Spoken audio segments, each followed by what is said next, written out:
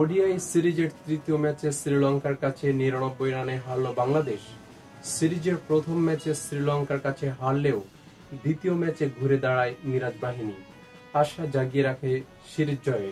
কিন্তু তাসকিন তানভীরের বাজে বোলিং, শান্ত মেহেদীদের বাজে ব্যাটিংয়ে হারতে হয় টাইগারদের। বিস্তারিত রিপোর্টে। শ্রীলঙ্কার বিপক্ষেও ধারাবাহিকতার অভাবে সিরিজ হারল বাংলাদেশ। বিশেষ করে ব্যাটসম্যানদের দুর্দশা আজ স্পষ্ট ফুটে উঠেছে। মিরাজকে প্রশ্ন করা হলো, কেন এই ব্যর্থতা? মিরাজের উত্তর, আমাদের কিছু ভুল হয়েছে। মাঝের ওভারগুলোতে জুটি গড়তে পারেনি, শুরুতেও জুটি হয়নি। আমার মনে হয় এখানেই সমস্যা হয়েছে। লক্ষ্য তাড়ায় বাংলাদেশ প্রথম ২০ ওভারে খুব একটা খারাপ করেনি। ২০ ওভার শেষে ৩ উইকেট হারিয়ে ১০২ রান করে ফেলেছিল। তবে এরপর ৮১ রানের মধ্যেই শেষ হয় ৭ উইকেট। মিরাজ বললেন, জয়ের সম্ভাবনা দেখিয়েছিলেন তারাও। আমি ও হৃদয় যেভাবে ব্যাট করছিলাম, আমরা আলোচনা করছিলাম আমাদের ইতিবাচক খেলতে হবে। যদি সুযোগ আসে জয়ের দিকে যাব। শেষ ১০ ওভারে আমরা চেষ্টা করব।